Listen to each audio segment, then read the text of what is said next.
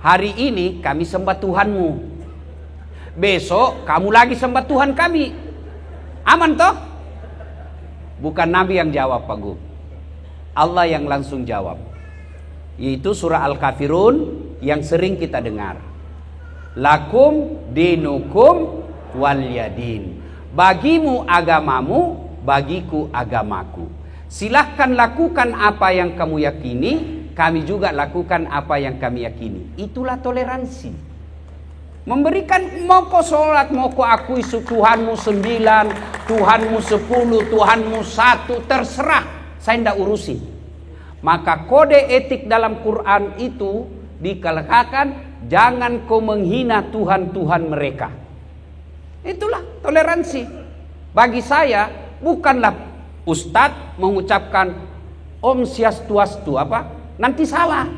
Ustadz ya tampillah kamu Assalamualaikum warahmatullahi wabarakatuh. Ada pendeta di situ apa? Selamat pagi, salam. Itulah toleransi. Karena kalau semua ucapkan bingung kita, apa agamanya ini orang? Iya kan? Itulah toleransi. Memberikan kebebasan kepada orang menjalankan agamanya. Itulah toleransi. Dalam Islam, Pak Susanto, dalam Islam itu kalau berhubungan ibadah haram. Saya tidak boleh masuk ke gereja lalu bakar lilin. Haram. Kenapa? Itu bagian dari ibadah. Saya tidak boleh masuk ke gereja untuk apa itu? Memuji-muji Tuhan yang ada di situ. Tidak boleh. Kenapa? Karena itu berkaitan ibadah. Tapi kalau saya sekedar datang saja dengar pidatonya Pak Pastor Pendeta, boleh. Intinya toleransi dalam Islam, kalau berkaitan ibadah haram. Kalau berkaitan muamalah, hubungan sesama manusia, boleh. Jaga pos ronda, sama-sama kita jaga kerukunan, boleh. Jual beli, boleh. Silahkan, itu tidak dilarang dalam agama. Kalau mau perlihatkan bagaimana toleransinya sebuah agama, lihat konstitusinya. Islam jelas. Lakum dinukum waliyadin. Apalagi dicontohkan oleh Umar bin Khattab. Ketika penaklukan Palestina sekarang namanya. Datanglah Umar bin Khattab masuk ke Palestina. Lalu masuk waktu sholat. Umar bertanya kepada pendeta, Pak Pendeta, saya mau sholat ini. Di mana bagus saya sholat? Apa kata pendeta? Silahkan masuk ke gereja. Sholat. Apa kata Umar? Bukan dilarang saya sholat di gereja ini. Kalau saya sholat di gereja ini, saya takut nanti pasukanku ambil gerejamu. Lebih baik kau tunjukkan saya di mana tempat bagus. Maka ditunjukkanlah oleh Pak Pendeta, itu tempatnya Nabi Isra Mi'raj di sini. Maka Nabi Umar bin Khattab perintahkan waktu itu bangun masjid sebagai monumen.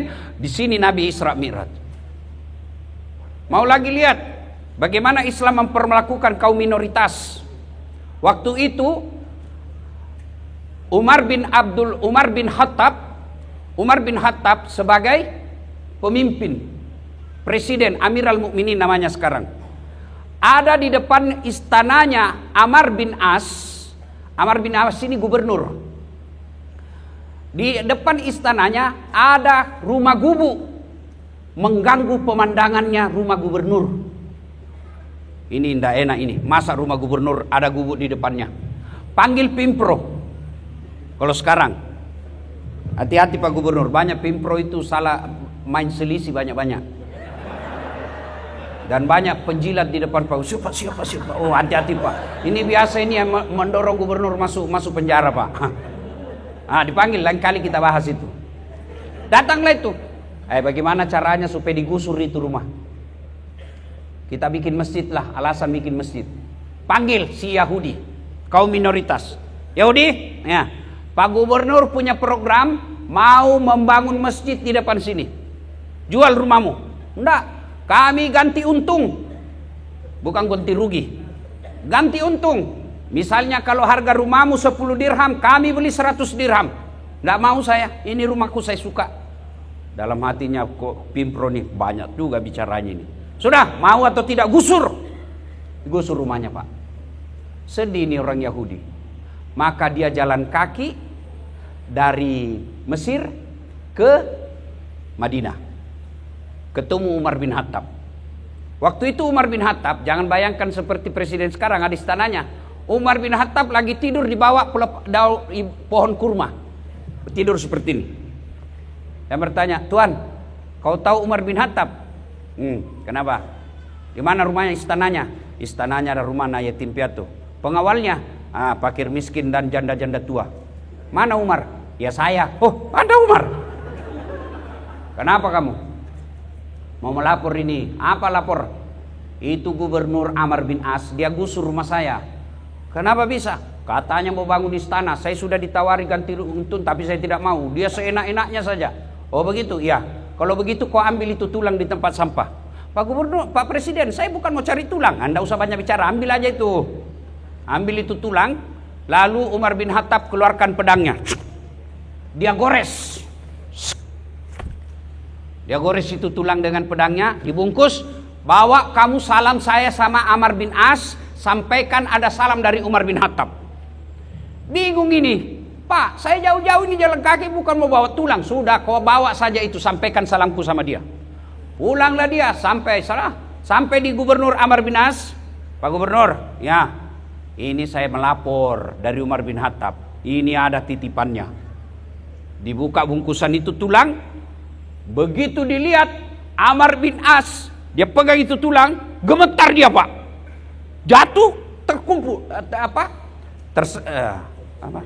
tersungkur.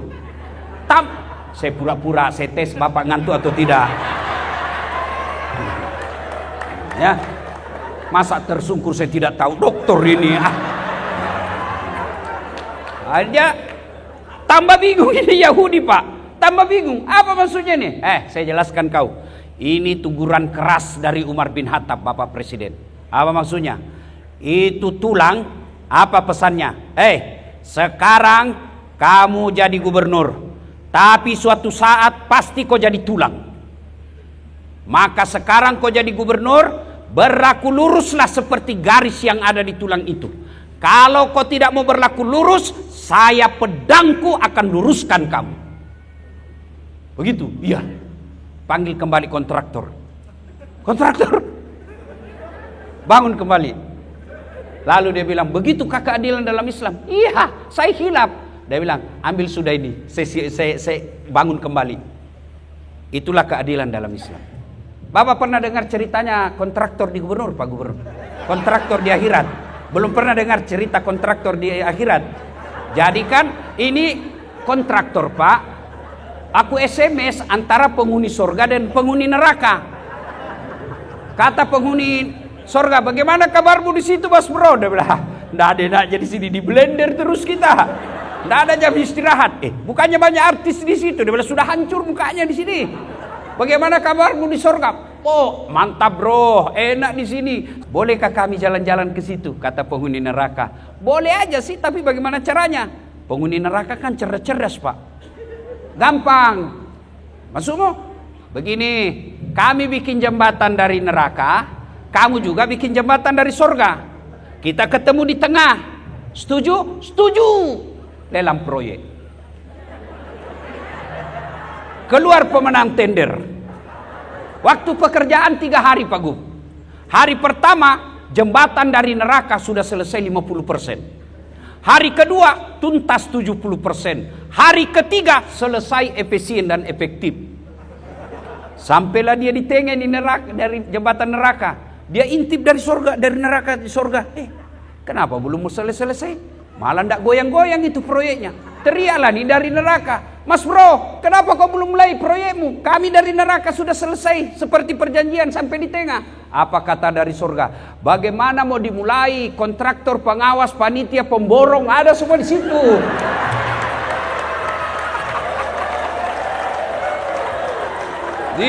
Di sini hanya penghafal Quran, nggak tahu kalkulator dia Pak. Pak Gub, waktu saya cerita ini ketawa lah teman saya anggota DPR. Ketawa dia Pak. Langsung saya bilang, kau pernah juga dengar anggota DPR di akhirat? Jadi Pak Gubernur, masuklah ini anggota dewan dalam surga. dilihat sama Pak Imam. Kenapa itu anggota dewan masuk dalam surga? Dia datang protes ke malaikat penjaga surga. Malaikat, kenapa bisa masuk itu? Saya tahu dia korupsi itu waktu di dewan. Apa kata malaikat? Nggak usah kau ribut, dia cuma reses.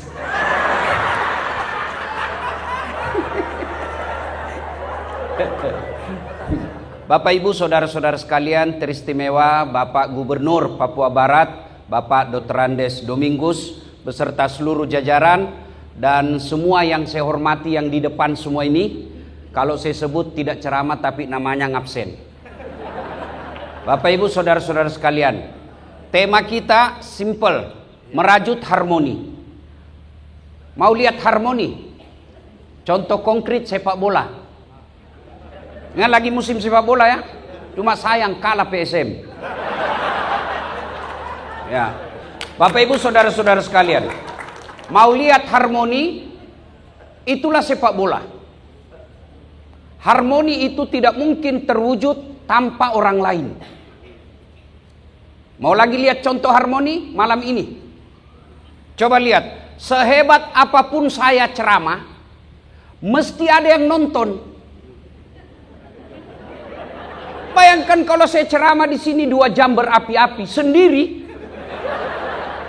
lewat bante, sudah beleng-beleng betul itu Ustaz itu. Iya kan? Tidak ada orang jago sendiri. Maka tidak mungkin kita bisa harmoni tanpa menghormati orang lain. Tidak mungkin. Ini acara bisa berjalan karena kita kompak. Meskipun kita beda.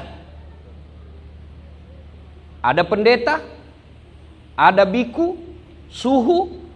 Dan suhu ini harus, saya yakin, harus lebih kuat imannya daripada ustadz. Kenapa? Kalau saya umat saya Pak tutup rambut, betisnya pun susah dilihat. Tapi kalau masuk gereja banyak yang pendek roknya. Iya kan? Di sini kenapa bisa sukses ini acara? Karena kita kompak.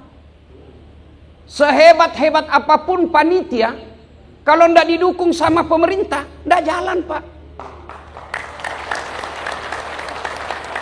Saya hormat kepada panitia. Sepanjang jalan saya berpikir dari Indonesia, dari Makassar, kenapa pemerintah tidak menggagas ini? Kenapa Departemen Agama tidak menggagas ini? Kenapa mesti digagas oleh istrinya Pak Yanto? Hebat ini Bapak ini, luar biasa ini Bapak. Sudah kaya baik lagi Pak. Tapi biar Bapak kaya kalau pelit, tidak ada gunanya. Alhamdulillah Bapak kaya, dermawan, peduli. Maka jadilah ini acara.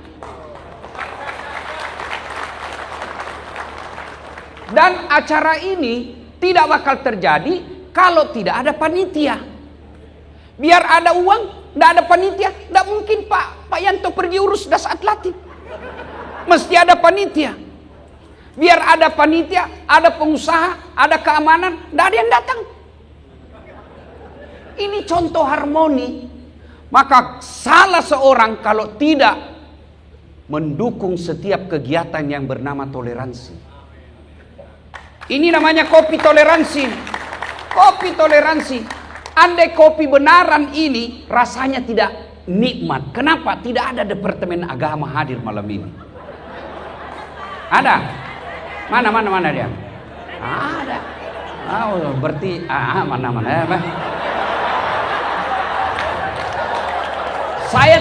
Saya tidak tahu ada karena tidak ada namanya di sini. Iya kan? Inilah toleransi. Ya, Masya Allah. Ada Pak Gubernur, Alhamdulillah. Saya dengar kabar, oh ternyata beliau kepala suku. Betul Pak ya? Biasanya kepala suku itu Pak banyak bininya. Oh 1 Pak. Oh sama kita Pak, takut sama istri Pak. Ayo, mari kita lihat. Itu poin pertama. Harmoni mesti ada dukungan. Contoh kedua, harmoni sepak bola. Apa sepak bola hikmahnya dalam kehidupan? 1. Sehebat-hebatnya Ronaldo, Lionel Messi, Yamal, Siapa lagi? Kane. Siapa lagi semua yang kau sebut itu? Hah? Dada. Siapa lagi lah? Nah, biar sehebat apapun, kalau tidak bisa bengkok kakinya, tidak mungkin. Sehebat apapun skillnya, kalau Allah kasih kaki yang bisa bengkok, tidak jadi itu sepak bola, Pak. Mana bisa main bola begini, Pak? Iya toh? Iya. Maka pertama yang harus kita syukuri kesehatan. Pak Yanto banyak duitnya, tapi kalau sudah sakit dilarang makan gula, dilarang makan garam, dilarang makan pedas, dilarang makan nasi, dilarang makan minyak, dilarang makan daging. Apa bisa dimakan? Ubi rebus. Duit miliaran cuma makan ubi rebus. Ada orang begitu? Ada, kita lihat. Maka alhamdulillah kita ada duit, semua bisa dimakan. Tidak ada duit, semua bisa dimakan. Daripada banyak duit, tidak ada bisa dimakan. Maka kita ucapkan alhamdulillah. Bapak ibu semua punya handphone, iya kan? Apa handphone itu mahal? Bukan, Pak. Apa yang mahal? Mata, telinga. Bapak saya kasih, Pak Gubernur, saya kasih handphone iPhone 17 Max Pro 2 tera, Pak. Gratis, Pak. Mau, Pak? Tapi begitu saya kasih langsung tuli. Rusak lagi nih HP. Berarti yang mahal bukan HP-mu. Apa yang mahal? Telinga. Allah kasih gratis. Hebatnya lagi nih telinga, Pak Gub, dia bisa bedakan mana suara istri, mana mantan.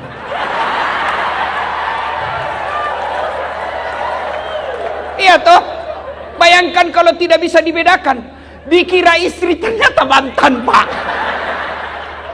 Atau dikira mantan ternyata istri. Disebutlah semua masa lalu dengan mantan, ternyata istri yang terima. Maka kita ucapkan alhamdulillah. Kalau dalam Islam saya tidak tahu, mungkin haleluya lah barangkali. Iya kan, kita ucapkan segala puji hanya milik Allah. Mata, Pak. Ini kamera nih, tuh kamera yang saya bawa tuh mahal, Pak. Iya. Ratusan juta. Apa itu yang hebat? Enggak. Biar Bapak punya uang harus punya skillnya, ilmunya. Biar Bapak punya uang enggak punya skill, enggak bisa pakai, Pak. Photostat. Setengah badan. Betul jadi setengah badan, pusat ke bawah. Iya toh? Punya duit mesti punya skill juga, Pak. Tapi alhamdulillah Allah kasih kita mata autofokus. Tidak perlu Bapak putar-putar. Siapa ya? Dan hebatnya lagi Pak Gub, Pak Yanto, dia bisa bedakan mana istri, mana sekretaris. Coba kalau udah bisa dibedakan mana istri, mana sekretaris, tak tukar-tukar istri, Pak. Kenapa malam minggu lain-lain rasanya ini? Ternyata Satpol PP. Iya, maka kita ucapkan alhamdulillahirabbil alamin. Bagi orang Islam, bagi agama lain saya tidak tahu. Kalau bagi orang Islam, alhamdulillahirabbil alamin, bahasa Indonesianya segala puji hanya kita kembalikan milik Allah. Mata, belum lagi ibu-ibu ini mau cepat kaya. Nah, mulai mikir kau itu. Mau jual jantungmu. Oh, mahal itu. Pergi ke Tiongkok, itu jantung bisa 4 miliar harganya. Ginjal, Masya Allah, ini ginjal, Pak. Bapak makan demi Allah, itu ada racun dan mata tidak bisa pesakan. Contoh konro, sop saudara, palumara, masuk semua. Tapi ada racun di situ. Siapa yang memisahkan? Kalau racun dia keluarkan melalui 3 cara. 1, nafas. 2, tek. 3, iya. Maka kalau orang rusak ginjalnya, ciri fisiknya hitam badannya. Kenapa? Penuh racun. Allah kasih kita ginjal 2 Pak, gratis, nggak perlu bayar. Bapak jual bisa 2 miliaran harganya di pasar gelap, jual budi badan. Itu 4 miliar sudah itu Bu. Tambah jantung 8 miliar. Mau lagi lebih konkret? Ibu-ibu pernah lihat orang ada kawat di giginya? Ada juga mama sudah 50 pakai kawat. Aduh. Saya kaget Pak Gub. Saya lagi ngajar public speaking di Unhas, pidato. Tiba-tiba ada mahasiswa saya, pakai kawat gigi. Saya bilang, apa namanya itu Dek? Behel. Mahal itu. Ini 40 juta Ustaz. Wih, 1 kali umroh disimpan di giginya Pak. 1 kali umroh disimpan di giginya Pak. Saya bilang, Dek, kok kira itu behelmu mahal? Bukan. Apa yang mahal? Gigi. Biar kamu pasang behel harga 30 juta, 50 juta, 100 juta, nggak ada gigimu. Apa kamu kawan? Dan hebatnya lagi di gigi Pak, tumbuh dan panjangnya dibatasi. Pernah enggak Bapak bayangkan bagaimana seandainya gigi tumbuh seperti rambut? Gondrong semua sudah bulut. Enggak bisa lagi jadi pembicara hebat kalau Maka kita ucapkan alhamdulillahi rabbil alamin. Dan yang lebih penting setelah sehat, Indonesia kita rukun. Kita rukun, ini nikmat Allah Pak. Lihat itu Arab, saudara-saudaraku sesama muslim. Lihat itu Arab. Bahasanya cuma satu, bangsanya cuma satu. Arab sampai sekarang masih berkelahi. Di Indonesia Pak, bahasa kita luar biasa. Di Papua aja berapa bahasa. Di Sulawesi Selatan bahasa berapa bahasa. Di Jawa berapa bahasa. Agama kita beda-beda, suku kita beda-beda. Alhamdulillah kita bisa rukun. Maka saya heran kalau ada anggota DPR pergi reses studi banding kerukunan, pret. Ngapain kau pergi luar negeri kerukunan? Mereka yang harus belajar kerukunan di Indonesia. Makanya ada lagu dari kecil, dari Sabang sampai Merauke berjajar pulau-pulau, sambung menyambung menjadi satu, itulah Indonesia. Indonesia tanah airku, aku berjanji padamu menjunjung tanah airku Indonesia. Itu lagu-lagu dulu Pak diajarkan ke anak-anak kita. Sehingga kita setelah besar melihat orang berbeda biasa Pak. Dari kecil kita diajarkan. Sayangnya pemerintah tidak mendamaikan lagi, mempopulerkan lagi lagu-lagu seperti ini. Kita disuruh untuk menjaga toleransi. Tapi pemerintah mestinya ajarkan kembali nilai-nilai toleransi di kelas. Apa itu? Pendidikan moral Pancasila. Ajarkan itu. Apalagi ajarkan pendidikan sejarah perjuangan bangsa. Bagaimana kita mengusir Belanda. Bukan yang sekarang yang kalah sepak bola ya.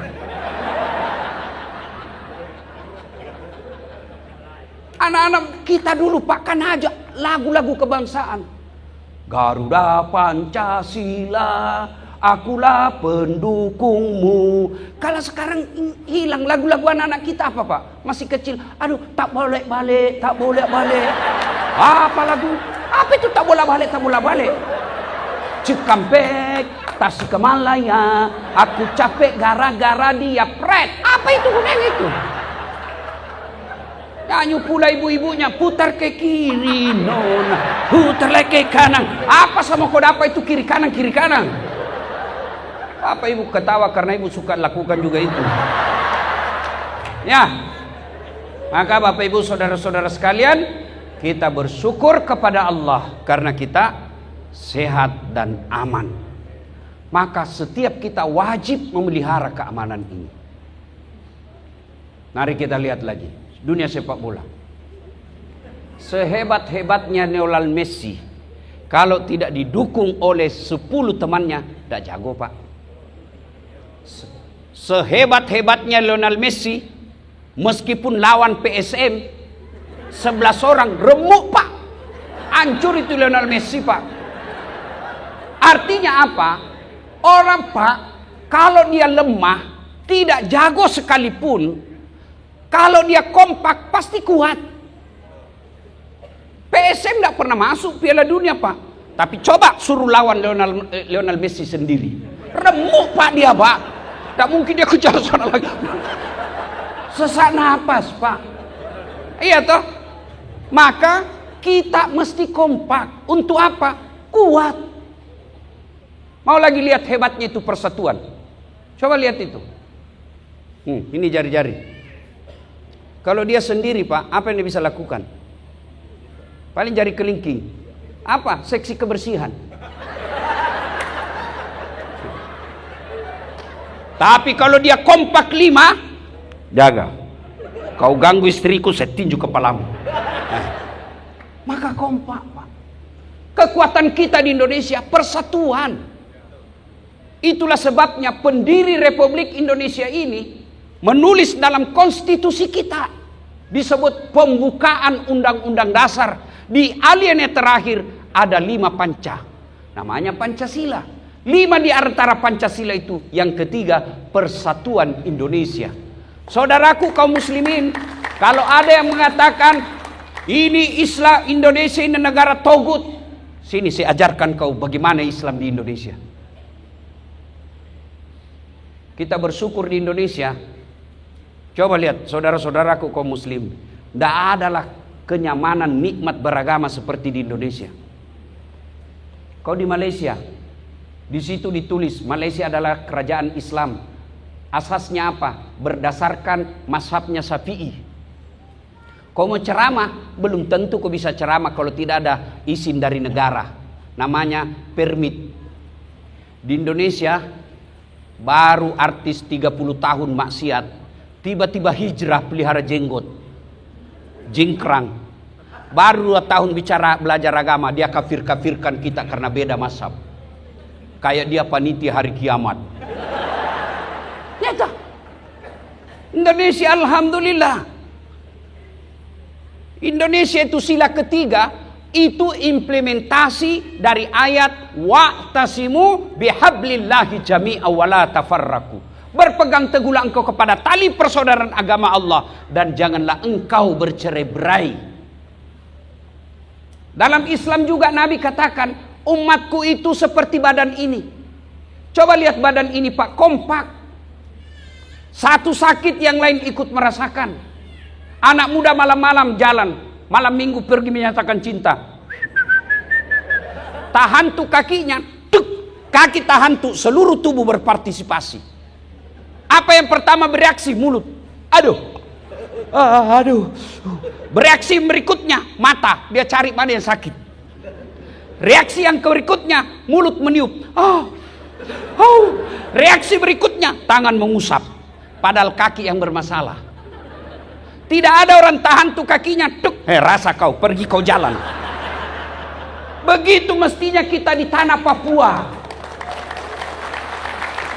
Satu sakit, yang satu merasakan, yang lain ikut merasakan sakit. Secara spesifik di tanah Papua, secara menyeluruh bangsa Indonesia. Ada yang menghina kita, yang lain ikut merasa terhina. Ada nikmat kita bagi sama-sama, jangan sendiri yang makan. Satu orang korupsi 1 triliun, kita doakan nanti kita ketemu di akhirat, kita hantam dia. Iya Pak, keterlaluan Pak. Satu orang korupsi 1 triliun. Kita aja pegawai negeri, lihat saldo kita 100 juta sudah kayak kesurupan Pak. Gembira betul kita lihat 100 juta, kayaknya tidak masuk akal kita punya uang 100 juta. Mereka 100 juta dia pakai bercanda dan berzina. Nah, makanya saya bilang tadi sama pendeta, bersuaralah semua tokoh-tokoh agama. Jangan cuma gaspol ustadz. Gaspol semua Pak. Kami takut minoritas. Kalau bicara kebenaran Pak, tidak ada istilah minoritas. Semua pasti mendukung kalau kita bicara kebenaran. Bapak Ibu saudara-saudara sekalian, Nikmat itu maka kita jaga dengan nikmat persaudaraan ini. Bagaimana cara memeliharanya? Ya seperti inilah Pak. Kita datang alhamdulillah. Maka saya berharap, karena ini saya lihat volume 3, kepada panitianya kita doakan Pak Yanto beserta keluarga dan bisnisnya sukses, makin lancar usahanya, supaya bisa pindah lagi ke provinsi lain. Dan insya Allah Pak, tidak ada orang bangkrut kalau untuk kebaikan Pak. Tidak ada. Yang bangkrut gara-gara selingkuh, diperas Pak sama pacarnya. Kalau kau tidak belikan saya ini, saya share ini di Facebook, hancurlah kita Pak. Tapi kalau untuk derma Pak, tidak ada orang bangkrut. Dan ini yang dinikmati hartanya Bapak. Banyak orang nikmati. Kalau kaya pelit, tidak ada gunanya Pak.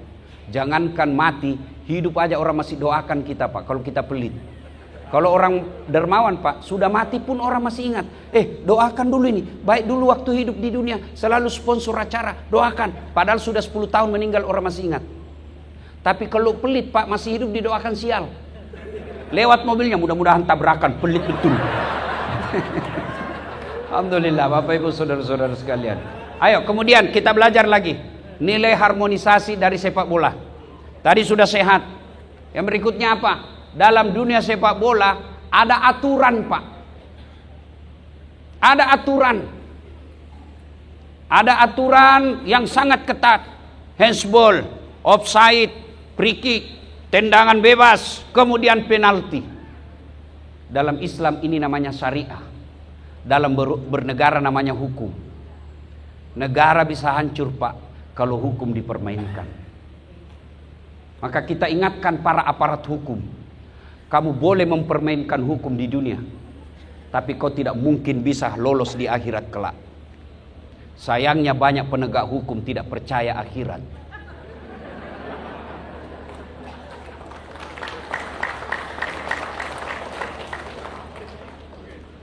Diceritakan neraka apa, dia bilang kayak datang aja dari neraka. Apa?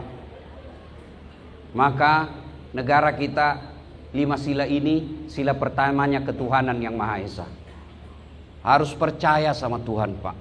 Bayangkan kalau aparat hukum tidak percaya sama Tuhan, dia bisa gunakan hukum untuk menyiksa masyarakatnya. Kita kecewa tentu. Aparat hukum kelihatan menyimpan duit. Kita kecewa, tapi tidak berarti itu penyebabnya kita benci kepada negara kita. Apa boleh buat? Kita sebagai rakyat biasa tidak bisa berbuat apa-apa. Maka saya mengajak kepada kita semua, tidak usah kita permalukan mereka. Mari kita mulai dari rumah tangga kita masing-masing. Bermula dari mana? Anak kita kalau dididik dengan baik. Seperti saya ketemu anak Papua tadi, saya ajak kau sekolah baik-baik dek. Kau pergi merantau, kalau kau pergi merantau, sekolah kau baik-baik. Tidak ada yang bisa peduli tanah Papua kecuali kalian semua orang Papua yang ada di sini. Ajarkan anak-anak kita. Nah, kau lihat itu nak, aparat hukum tidak bagus seperti itu nak. Saya mau kau jadi jaksa, saya mau jadi polisi, saya mau jadi kau tentara, tapi tentara yang beriman membela negaramu. Tidak baik begitu nak, tidak bagus nak. Maka kau mulai dari dirimu. Kalau rumah tangga semua berhasil mendidik anaknya menjadi anak baik Pak, negara kita aman. Gimana anak-anak kita mau baik? Pilkada aja kita minta wane piro. Kita makan uang serangan fajar.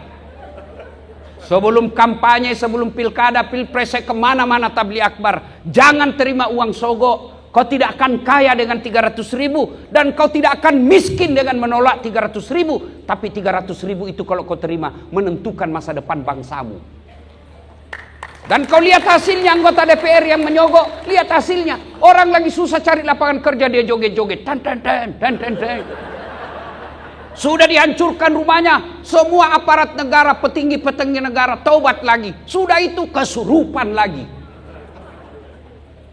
Maka kita mulai dari rumah kita masing-masing. Bapak-bapak, mulai dari diri kita masing-masing. Pemilu adalah modal utama mendirikan negara ini. memperbaiki negara ini, bagi kita negara demokrasi, bermula dari pilkada, pil caleg dan pilpres. Jangan terima uang sogok politik. Jangan kau terima serangan fajar. Tapi apa dia bilang? Ini bukan serangan fajar Ustadz, ini sedekah subuh. Pret. Sudah habis waktu. Ya, hukum. Kemudian itu tadi hukum. Hukum itu dalam Islam namanya syariat. Ada wasit. Kalau wasit tidak adil, pasti rusuh pertandingan. Siapa wasit dalam Islam? Ini namanya imam atau pemimpin. Kalau pemimpin tidak adil, itu potensi menyebabkan kerusuhan. Kebebasan belum tentu orang bisa Pak rusuh kalau dibatasi kebebasannya. Tapi ketika tidak ada keadilan bisa rusuh. Mau contoh, dalam penjara itu tidak ada kebebasan dalam penjara Pak. Tapi mereka tidak ribut. Tapi kapan di penjara ribut? Kalau ada satu dikasih kopi, ada satu dikasih tempat tidur, ada satu dikasih AC, diperlakukan khusus, tidak adil, biasa ribut, bakar penjara. Maka keadilan ini penting. Maka dalam Islam, kalau khutbah Jumat selalu disampaikan, berlaku adillah mulai dari berpikirmu. Berpikir sudah adil Pak. Adil ini sangat penting. Ketika tidak adil, maka kehancuran pasti akan tertimpa.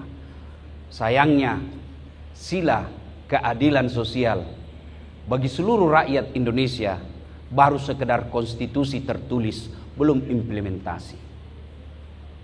Cuma kalau kita bicara begini dianggap musuh negara. Bukan, kami cinta negara Pak. Bagaimana kami mencintai negara? Kami koreksi ketika salah. Diluruskan, bukan kami benci, tapi kita luruskan. Kenapa? Karena kami ingin negara ini baik. Di sini kami hidup, di sini kita mencari nafkah, di sini kami berdakwah, di sini kami ingin dikubur secara terhormat di tanah Indonesia ini. Maka ketika kita mengoreksi, jangan lagi dianggap musuh negara, apalagi sampai diusir keluar. Inilah cara kita. Ini tidak enak didengar, tapi ini bagian dari cinta kita kepada negara. Kenapa kami harus ngomong begini? Anggota DPR tidak ngomong. Coba kalau anggota DPR ngomong, ngapain kita ngurus? Lebih kami dakwah dari masjid ke masjid. Tapi anggota DPR tidak ngomong. Coba kalau anggota DPR ngomong, ketua komisi, ketua fraksi, ketua partai ngomong tentang ketimpangan negara, ngapain mahasiswa turun ke jalan? Lebih baik mereka kuliah baik-baik, sarjana dia kuliahkan, dia bantu orang tuanya. Bapak ibu saudara-saudara sekalian, pada akhirnya kerukunan bukan slogan, tapi kebutuhan kita semua. Kerukunan, harmoni bukan sekedar ucapan, tapi memang harus kita laksanakan karena semua kita membutuhkannya, apapun agama, suku dan bangsamu. Demikian sebagai pengantar, mudah-mudahan ada manfaat. Terima kasih.